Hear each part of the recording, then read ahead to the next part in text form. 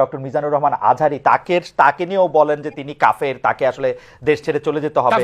তখন তখন তখন আমরা একটু কনফিউজ হয়ে যাই। বলছি জি না, কনফিউজ হবেন কেন? জি আপনি যার কথা বলেছেন সে কি বলেছিল আপনি দেখেছেন তার বক্তব্যগুলো? আমি দেখেছি, কিন্তু তার শোনেন শোনেন কথা শোনেন। জি তাকে বলুন সে তো আমার ছাত্র, তাকে জিজ্ঞেস করুন।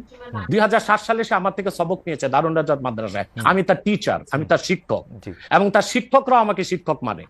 অতএব সে যদি দেখুন, আপনাকে পিছন থেকেই বলতে হচ্ছে, আপনি সময় দিতে হবে আমাকে।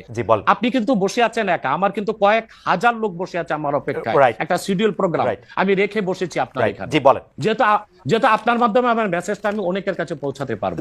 আপনি যে ব্যক্তির নাম নিয়েছেন, তাকে আপনি কি দিয়ে তাকে স্কলার বলবেন? লক্ষ লক্ষ লোক হলে স্কলার হয়?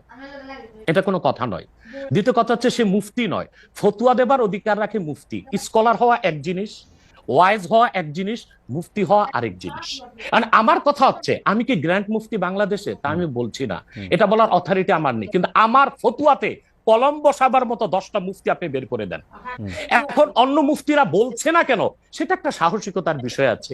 সেটা আরো কোনো তাদের প্রতিবন্ধকতা থাকতে পারে। যেমন আপনি দেখেছেন আওয়ামী শাসনের সময় দেশের অনেক বড় বড় আলেম শেখ হাসিনার দালালি করেছে। তো তারা কি এমন কোন ফতোয়া দিবে যে সরকার বেকায়দায় পড়ে? এখন অনেক আলেম আছে যেটা বর্তমান সরকারের নির্লজ্জ সমর্থন করে যাচ্ছে, কিন্তু সরকার ক্ষমতা আসার পর থেকে আমি শরিয়ার কোরআন সুন্নাহর আলোকে যতটুকু সমালোচনা করা দরকার গঠনমূলক সমালোচনা করে যাচ্ছি। আর আমাদের মতো 2-4-10 জন যারা মিডিয়াতে আছে তারাই কিন্তু দেশের আলেম না। হাজার হাজার আলেম ওলামা পীর মাশায়েখ নীরবে নিভৃতে নির্জনে ইসলামের খেদমত করে যাচ্ছে। তাদের মতামতটাও দেখতে হবে। এখন যারা ফ্রন্টে চলে এসেছে, মিডিয়াতে চলে এসে সেলিব্রিটি হয়ে গেছে, তারাই কি বললো সেটা দেখার বিষয় না।